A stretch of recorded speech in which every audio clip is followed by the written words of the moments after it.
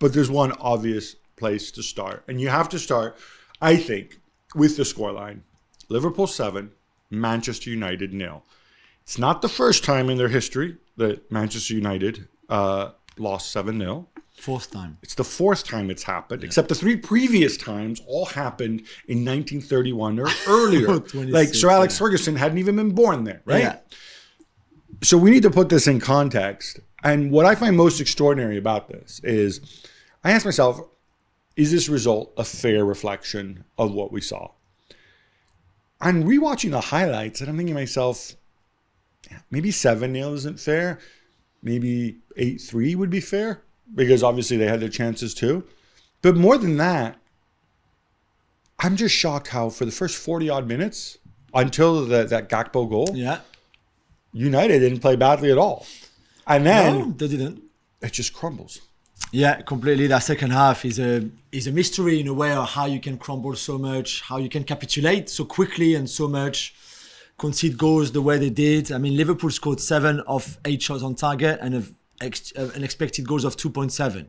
So you can look at the way you want, and Liverpool had an exceptional second half, and they were ruthless in the way they took their chances, the way they score. But they still scored more goals than really they should have in a way. However, they were helped by the fact that United just didn't show up in the second half. The mistake that they made in terms of positioning on the goals, the mistake that they made, the poor passing, it was sloppy. They stopped working hard. They stopped defending. They stopped trailing back. They stopped playing as a team. They stopped everything that they did so well in the first half, in the first 40 minutes of the game, in the second half, which beyond me. Like, before Liverpool fans jump on us like, oh, you're just pointing out Manchester United. No, they were exceptional. There's no doubt. Yeah, I thought for the first 40 minutes, let's be clear on this, I thought both teams played well in the first 40 minutes. And it looked to me like, okay, these guys are pumped. Liverpool have turned the corner a little bit. That the Gakpo, Darwin, Salah front line is finding its feet. The midfield, while it's workmanlike, not particularly creative with those 3 guys in there, is contributing. But something more than one thing can be true, right? Liverpool played well, and then United second half. It looks can we just write this off as a bunch of individual errors? Yeah, I think so. I think there is. From a United point of view, you could also be a little bit worried by the mentality of that second half. I know you concede very early in that second half. I think 90 seconds in is the second goal. Right. And then the third goal is after 5 minutes. So 5 minutes in the second half, you're 3-0 down. Yeah. Which is game over in just about every league in the world, unless you happen to be Milan and Istanbul in 2005. Yeah, but still, I think the way then they fell apart completely, because you can concede 2 goals back to back. It happens to very good teams. It's not. But then to concede another 4 after that, where really some, as we said, came from mistakes, were easily avoidable. That mentality, the thing that this team had been so good at playing as a team, fighting for each other, that sort of cohesion, I come and help you, I don't leave you on your own to defend. There was none of that in the second half. So I don't know if they were maybe tired, if maybe the goals back to back at the start of the second half just knocked them out completely, and after that it was weird. I think personally, I also think that Ten Hag made mistakes. The Weghorst positioning is wrong. I think starting Antony in that position when you know how attacking Robertson is, and you knew there was no way Antony would do a job on Robertson in that game. Impossible. So the Antony one, I think, is an interesting one because it was so obvious during the game and he wasn't tracking back. And nor was he substituted for Jadon Sancho, which I would have expected would have happened at some point. Because clearly, every time they lost the ball, he was staying up. He never tracked back to help, or very rarely did he do that. I'm assuming that's tactical instruction. I'm assuming they're saying... let Robertson on his own. Yeah. You know why? Because I've got Antony. Robertson, if you go up and you provide the width, I've got Antony there. I'll have the quick out ball, and that's going to somehow dampen Robertson's attacks. I mean, assuming that was the plan. Obviously, it didn't work out that way. Yeah. But, that's why we see people do that, right? But it certainly didn't look good. And the other thing about him, and I hate to talk about body language, and I've promised, but I'm going to go against myself here. The guy looks disinterested. And when he's sort of wandering around. I know Lionel Messi walks around the pitch. Yeah. But my son, Antony, you're not Lionel Messi. And in the context of English football, when your team's not playing well, it makes everything worse. It just looks bad. It hurts the unity of your team. It dampens the enthusiasm. So I think that's one situation where I think they certainly need to look at that. Jules, we don't just want to criticize Manchester United. No, that's true. But I do want to stick with Antony a little bit. We'll come bit. up to Liverpool very soon and how great they were. This is a guy who cost 100 million. And I feel like he had a shot that was okay. And then the other best thing was when he went and he kind of, trapped the ball. Controlled the ball. Like, there's nobody near him. It's not something I can do. It's something I could do in my playing days. I'm assuming it's something you could do when the ball came out of the sky. We see Neymar done it a couple of times in France. I know this is what you're going to debate about the joy of the game, blah, blah, blah. But it's the kind of thing that winds up opponents when it's unnecessary. I don't mind a piece of skill to beat an opponent. This is just to show you can do it. And I kind of feel like, dude, these are professional footballers. I imagine Harry Maguire could do it. Yeah. Maybe even Phil. Well, I don't know about that. Yeah, maybe even Phil Jones. Maybe even. I mean, he could have controlled the ball normally with the inside of his left foot instead of, behind the back of his left leg with his inside of the right foot. But it's not the kind of piece of... It's like the spin. He doesn't have to do it. He can do it if he wants. He's clearly good enough to do it. But it's not so cool to look at that everybody's like, wow. I don't even think people notice too much. I noticed it. Yeah, no, you noticed it and I noticed it. But I think a lot of people would have watched the game and just... Because it was not a tight angle on him. It's still the wide shot. So, I don't think even the players on the pitch cared that much. Right. I didn't hear a reaction from the stand. But yeah, this is part of Antony's... This is what he likes doing. Like the spin. I expect him to do kind of stuff like that through the season. In a way, he would say, "Oh, it's me having fun. I try to do things a bit differently." Yeah, it's fair enough. I don't mind. All right, you're not wound up by it. That's fine. I still don't understand why he was allowed not to defend on Robertson, though.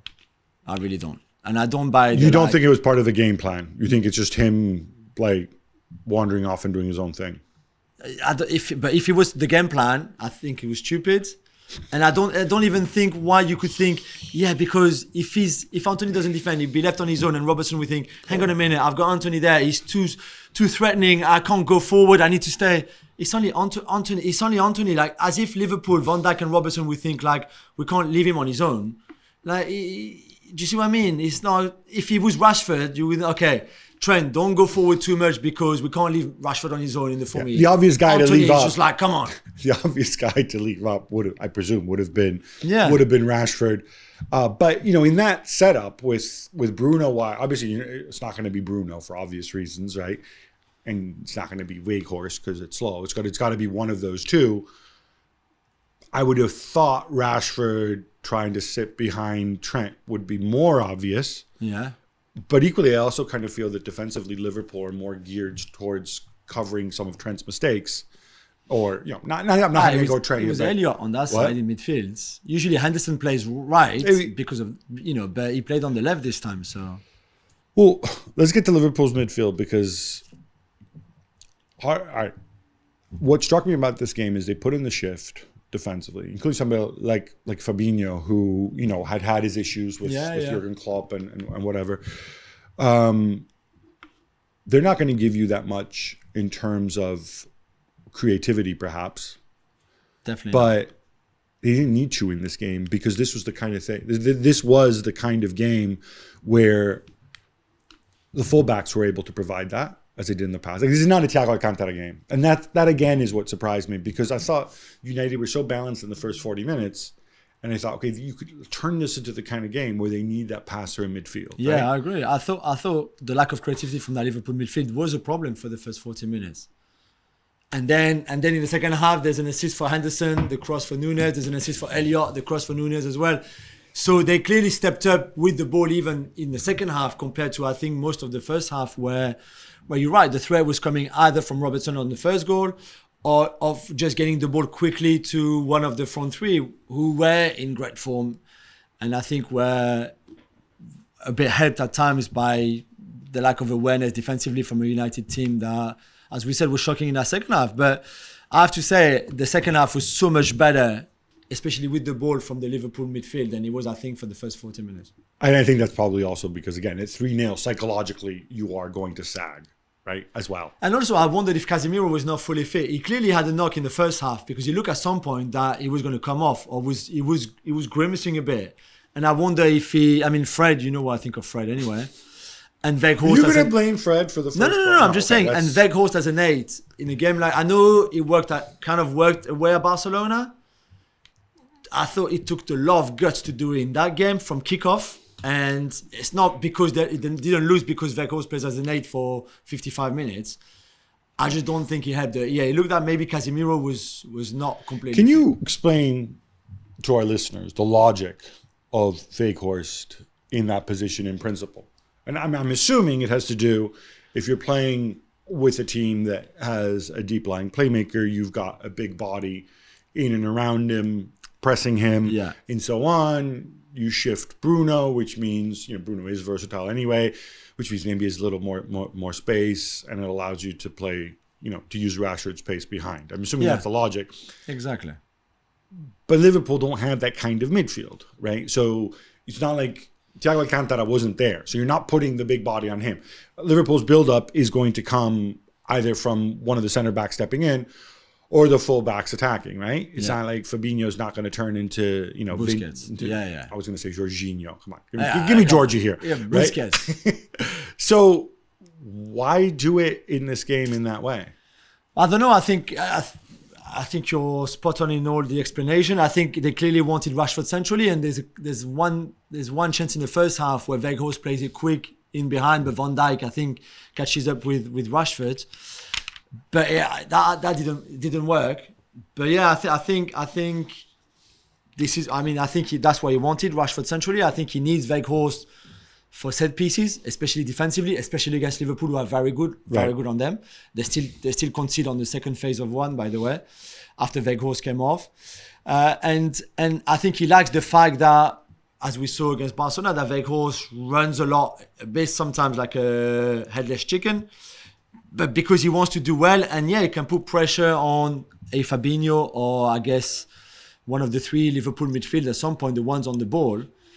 I think for this game, it just didn't work out at all. And I was even surprised that Weghorst was still on the pitch at the start of the second half. And again, I'm not saying that they lost so heavily because Weghorst was playing in that position, but I would have taken him off at halftime 100%. And he played another 12 minutes after the break. 12 minutes after the break. And maybe that was 12 minutes too much. Well, you either take him off or you play him at center forward, which is the position he's played most of his career, right? Which would have been the more obvious thing. And you bring Bruno inside. Because I think you Rashford also wide. restrict Bruno by playing him wide like that on the left. And I think Bruno didn't have a good game at all. And that's not surprising. I'm assuming that was also partly let's worry Trent, having him on that side. Maybe. But Bruno is the kind of guy that Trent's recovery speed will always give him the edge over Bruno anyway, right? So all right, let's talk about Mohamed Salah.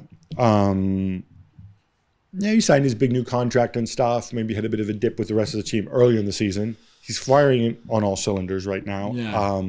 That goal that he scored, the first run off the crossbar, obviously is gifted to him, but the finish is still ridiculous. With his wrong foot as well. Amazing. Which is so effortless, by the way. And for someone who's been struggling a little bit with confidence, because I think he had 9 league games, 9 league goals so far, which is for him very average. Let's put it that way. I know there's the hat trick in the Champions League against Rangers, so there's been good moments, but overall he would be the first one to say I'm not happy with my return so far. And to hit it like that with his right foot so confidently, and he had a good, it was building up towards something. Clearly, you could feel that he was going to have a good game, and he obviously scored in the last game as well, which would have boosted his confidence a little bit. It's a hell of a finish, but the moment of the game is his assist for the Gakpo goal, because to turn around and turn over Lisandro Martinez like that. Right. And show to a certain extent, and which is Salah's best, and it's the kind of counter-attacking goal that Liverpool used to score so often before when they were at their best, and where everybody knows don't give them anything, and yet they still do it, and this is amazing. Imagine Mo Salah running at you at full pace like that is outstanding, and then it's a great finish from Gakpo, maybe a bit of a mistake from De Gea for Gakpo to score with that angle. but the ball from Salah and the run from Salah is incredible. That was a mistake from De Gea. I mean, not even just a bit of a mistake. You can't it's not. I mean, the logical thing for him to do. And in fact, I actually think Gakpo saw where De Gea was positioned, and he said, "All right, he's looking to cut out the cross. There's nobody coming." I don't know. Maybe Gakpo's mind doesn't work that quickly. I like to think that it does, and he says, "I'll just hit this at the near post and see what happens." And knowing that from there, actually, I mean, he didn't end up hitting it that hard, but he just chips it, over his shoulder. De Gea is likely to parry it. You know, it's not a shot that De Gea is actually going to save and hold. So then the ball comes back and play. So you have options there. A word on Mohamed Salah because he set a new Premier League era record. I'm going to go old grumpy old man, as you know, in this situation. He has 129 goals, beating Robbie Fowler, aka God, who was on 128. Yeah. I want to dwell on this too much, and I know football don't start in 1992 in the Premier League and so on. The Premier League really didn't change that much from one day to the next. I think that has to be noted. People are going to come out and say different eras, this is tougher, blah, blah, blah. But just for context, in terms of league goals for Liverpool, do you know what number he is on the list? I would say maybe 5th, 6th. Very good. He's 6th. Okay.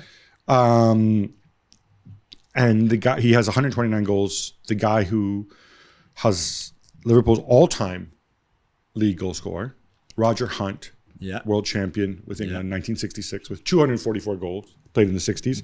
The guy who's second, 233 goals, Gordon Hodgson, played pre-war. I believe he's actually South African.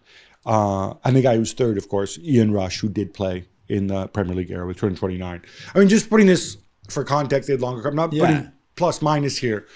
No. It does rankle a little bit when all of a sudden we just take an arbitrary day and kind of go off with these records. And I know, but you beat the records that you can. I think Mo Salah, and he said it in his post-match interview, that he had the Fowler record in his mind since day one, since he arrived, which I love the ambition and the drive from Salah to go and wanting to beat that record. But I think he knew that if he looked at the Roger Hunt record, he was like, okay, I have to be here 20 years and score No. So maybe when you arrived, you thought, okay, Fowler's record for the Premier League, let's go and beat that one. And then maybe now you can think about. If this is what drives him, here's some other records that he can beat. Because the thing with records, right? We're just going to come up later we talk about Kylian Mbappe as well. Sometimes we use the league record, sometimes goals in all competitions. Here's some other that I think Salah can try to beat and will beat, because he has 178 games in all goals in all competitions for Liverpool. Robbie Fowler still ahead of him, 183 goals in all competitions for Liverpool. That's soon. And somebody named Steven Gerrard, who I'm not really familiar with, might have played in the Premier League era as well, 186 goals. He's going to beat that soon. Those are records. Those are records you can beat. And then those are records which I think, you can say those are against your peers. Those are legitimate. If he does that, he'll be top 5. Given that, he played for a bunch of other clubs before coming to Liverpool, or 3 other clubs before coming to Liverpool, 4 other clubs before coming to Liverpool. I think this is a remarkable achievement, and he'll go down as one of Liverpool's greats. But he's not going to get to Ian Rush, who had 346 goals in all competitions. That's pretty nutty. What did you think of that front three? Because there's been a lot of talk about, obviously, Klopp saying they need to, we've moved on from the Mane, Firmino, Salah. We know that Firmino is going to leave now at the end of the season as well. And you saw how much the goal that he scored at the end meant to him in front of the Cup for what is his last Liverpool v United game. And Klopp saying we need to rebuild a new front three with Darwin and Gakpo probably, or Jota if you want, and Salah. The chemistry we saw in that front three against United is not the chemistry that I don't think we will ever see with that front three than the one we saw in Mane, Salah and Firmino in that sense. No. There's a good ball we said from Salah to Gakpo, etc. But they won't be playing the same way because they won't have a player like Firmino in there. And even Darwin is very different to Mane. No, there is no Firmino. But there's something there, yeah? There's something there. I think in his mind, when he started putting this all together and planning it out, you left somebody out, and that's Luis Diaz. When he's back, if he's back and he's fit to the level he was before, I think in his mind, it's going to be, I think Diaz is going to be a part of that. I think he loves the havoc he can cause with his dribbling, his acceleration, which, it's not like the other guys are slow, but, other guys, I'm talking about Salah, I'm talking about Gakpo and Darwin Núñez. But Diaz is a guy who breaks games, as we say in Italy, right? Yeah. So I think he's going to be a part of that. He certainly has a ton of flexibility. I could see Salah moving centrally at some point, and then I'm not sure about that. And then you could maybe look at Gakpo and Nunez on the other flank, possibly.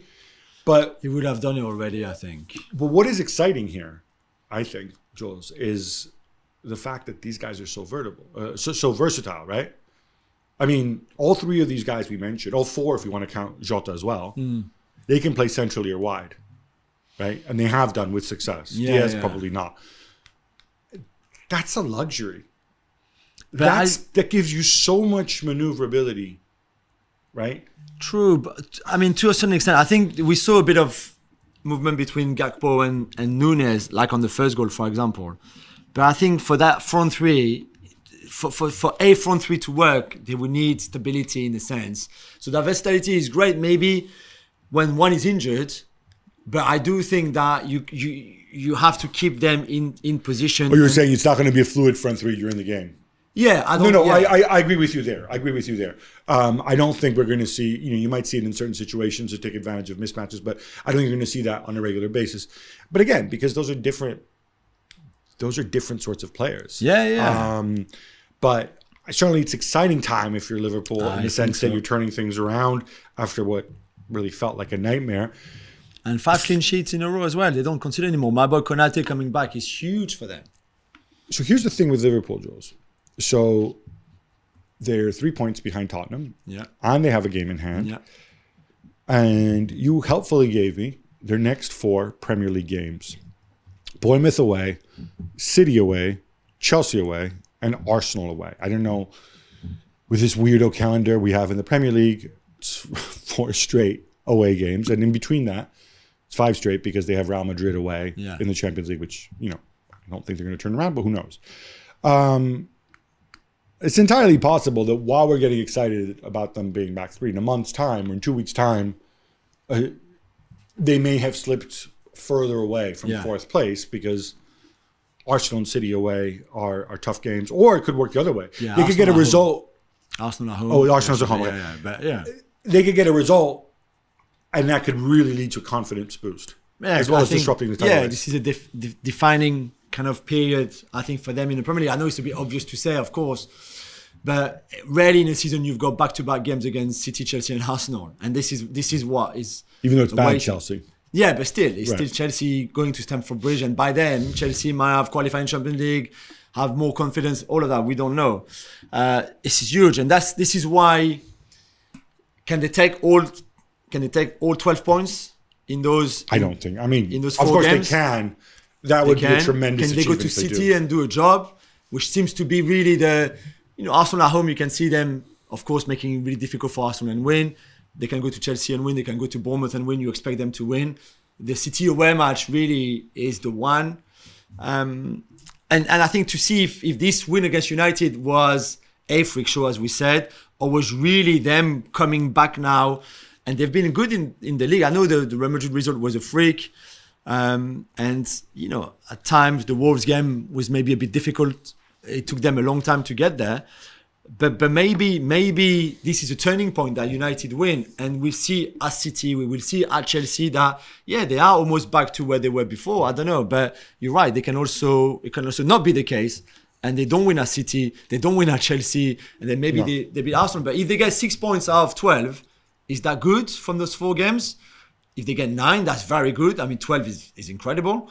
But is 6 okay? Is 7 okay? In the terms of the race for 4th, so much depends on obviously what happens with Spurs and Newcastle.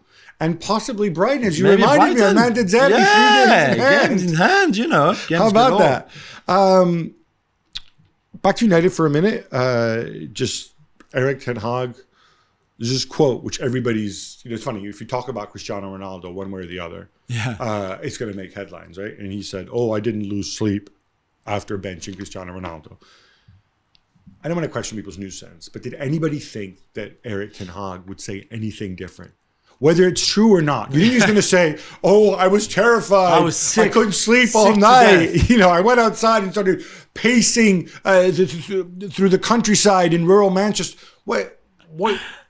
First of all, what kind of question is that? And second of all, what do you expect him to say? Yeah, and I just think those managers are ruthless. This is what they do. This is Guardiola, Ten Hag, Arteta, Klopp, Conte. This is what they do when they have something in mind. This is not working. They're very pragmatic in the way they should be at times for some decisions. This is not working. He can't play for me anymore because this is not the profile. He's not in good form. For whatever reasons, I bench him. They're not going to. They're never going to lose sleep over that. The relevant point here is that he had the courage to make a strong decision, which could have been right, could have been wrong, which turned out to be working out nicely for him. That is the relevant part. It. And it was never in doubt that he would make the decisions that he thought were right, even if they were tough to make. And also, I think people forget this about managers. Okay, obviously Cristiano Ronaldo, by far the biggest player he's ever coached, but at his level, there are equivalents of Cristiano in terms of popular players, famous players, highly paid players, very good players, where he's had to make those decisions in the past, or he's witnessed other people making those decisions. Yeah. Right? I think he retired from football like 25 years ago. He's been an assistant, he's been a coach, he's done all these things for all these years. This is kind of what you get paid to do. Yeah. So I don't think we should marvel at the fact he didn't lose sleep. It's what I expect, and it's been borne out. Final word on the Manchester United takeover, which I know we love to talk about. Yeah. There's so much happening. There's a mystery third party now involved. Is it you? It is. I can't. I can't discuss that side of things. Okay, can't disclose. What this looks like to me, when the third party is a mystery, if the third party's real. Unless the third party is Avram and Joel buying out the brothers and sisters. Yeah, the brothers and sister. What would you not tell? I mean, I'm not as interested as you. Like, I just want someone to take over, and then you can start looking into it. But why would you not? If you wanted to buy the club, why would you stay mysterious? Why would you not go public? Is there a reason? That's one of the aspects which really doesn't really add up for me at all on this. I'm not saying it's made up. I'm just saying I'm not clear how serious these people are if their name hasn't come out. And by the way, I know Rain have a fiduciary responsibility and blah, blah, blah, blah, blah, blah. But all these interested parties employ armies of PR people to make sure names get out there. So I think that's worth considering as well. I think the reality is, for now, nobody's coming close to their $6 billion valuation, which is also why things are slowing down a little bit. Well, thank you very much for watching ESPN on YouTube. For more sports highlights and analysis, be sure to download the ESPN app. And for live streaming, premium content, and let's not forget as well, ESPN FC 7 days a week. Subscribe to ESPN Plus.